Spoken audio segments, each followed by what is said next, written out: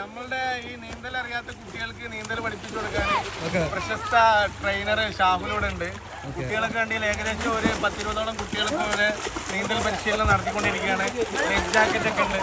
നമ്മളെ പ്രദേശത്തെ ഇന്നാളെ 2 കുട്ടികൾ നീന്തൽ അറിയാതെ മുങ്ങി മരിച്ചത് മൻസൂറിന് അറിയാലോ.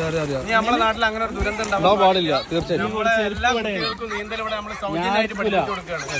എല്ലാവരും വരിക. വീരാന്തരക്കുളപ്പോ ജില്ലാ പഞ്ചായത്തിന്റെ ഫണ്ട് വെച്ചിട്ട് ഫൈസൽ അടശ്ശേരിയുടെ 40 ലക്ഷം രൂപ ഫണ്ട് വെച്ചിട്ട് നല്ല രീതിയിൽ വികസിപ്പിച്ചെടുത്തിട്ടുണ്ട്. പക്ഷെ അതല്ല ഈ ആ ഭാഗം കൂടെ സിമന്റ് അടുത്ത ബജറ്റിൽ അതും കൂടി ഉണ്ടാവും.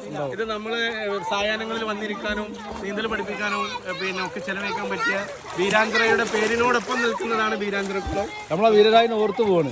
വീരരായിന് ഓർത്തു കുളം കുത്തിയിട്ടില്ലായിരുന്നു.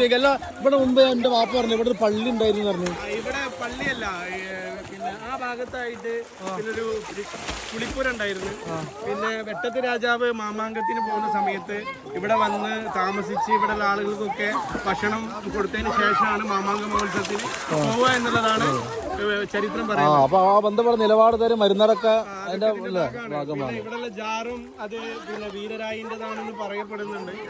അതെന്താ അതിന്റെ അഭിപ്രായം ഉള്ളത്? അങ്ങനെ കേട്ടിട്ടുണ്ടോ? ജാറുമായി ബന്ധപ്പെട്ടിട്ട് കുളം ബന്ധമുണ്ടോ? വ്യക്തമായിട്ട് അറിയില്ല. നിങ്ങൾക്ക് എന്താ പറയുള്ളത്? ബന്ധപ്പെട്ട് പറയണ്ടോ?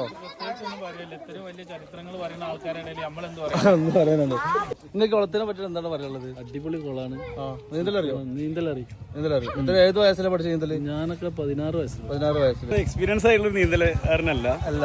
കുറച്ച് വർഷങ്ങൾക്ക് മുമ്പാണ് നീന്തൽ പഠിച്ചിട്ടുള്ളത്. എന്നാലും നിങ്ങൾ മൂപ്പർ പറഞ്ഞ മാതിരി നാസിക്ക് പറഞ്ഞത് യാറുമായി ബന്ധപ്പെട്ട് കുളത്തിന് വല്ലതുണ്ടോ? കഥകളുണ്ടോ? എനിക്കറിയില്ല. അത്ര ഹിസ്റ്ററികളൊക്കെ നാസിക്കിന് തന്നെ അറിയണ്ടാവുള്ളൂ. അത് നിങ്ങൾ കുട്ടികളുടെ വളർന്നു കുട്ടികൾക്ക് നീന്തൽ പഠിക്കാൻ എന്തെങ്കിലും ആലോചിക്കുന്നുണ്ട്. അങ്ങനെ ഒരു ആലോചന ഉണ്ട്. മാത്രമല്ല കുട്ടിക്കാലത്ത് അപകടങ്ങൾ നിരന്തരമായിട്ട് ഉണ്ടാവുന്നുണ്ട്. എല്ലാ പ്രദേശത്തും വേറെ പിന്നെ മുങ്ങിയിട്ടില്ലെങ്കിൽ നമ്മൾ കാണുന്നുണ്ട്. താൽക്കാലിക ഒരു അടിസ്ഥാന കുട്ടികൾക്ക് വേണ്ട വിദ്യാഭ്യാസം ഒന്നാണ് ഈ നീന്തൽ. എന്താണ് നീന്തൽ പഠിച്ചോ? എത്ര ക്ലാസ്സിൽ പഠിക്കണേ?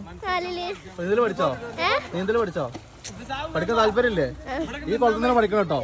എന്റെ പേര് നാസിക്ക് പറഞ്ഞേ, പെട്ടത്ത് രാജാവിന്റെ സേനാധിപനായിരുന്ന രായനാണല്ലോ കുളം കുത്തിയിട്ടുള്ളത്. അറിയാലോ, മാമങ്ങൾ ബന്ധപ്പെടാത്ത പറഞ്ഞു കേട്ടിട്ടുണ്ട്. അതെ, ഐതിഹ്യമല്ലല്ലോ, അത് ചരിത്രമാണല്ലോ. പെട്ടത്ത് നാട് ആകെ ക്ഷാമം വന്ന സമയത്ത് അദ്ദേഹം കുത്തിയതാണ്. നിങ്ങൾ നീന്തൽ പഠിച്ചിട്ടുണ്ടോ? ഏത് വർഷത്തില്? എത്ര പ്രായത്തിലാണ് പഠിച്ചിട്ടുള്ളത്? ഈ കുളത്തിൽ നിന്ന് പഠിച്ച്? ഈ കുളവുമായി ഞങ്ങൾക്കുള്ള ബന്ധം എന്താണ്? ഈ ബന്ധമുള്ളൂ. നമ്മളെ നാടിന്റെ പേരാണ് അല്ലേ ഈ കുളം ഇല്ലാതെ നമ്മളെ നാടിന്റെ പേരെന്തായിരിക്കും?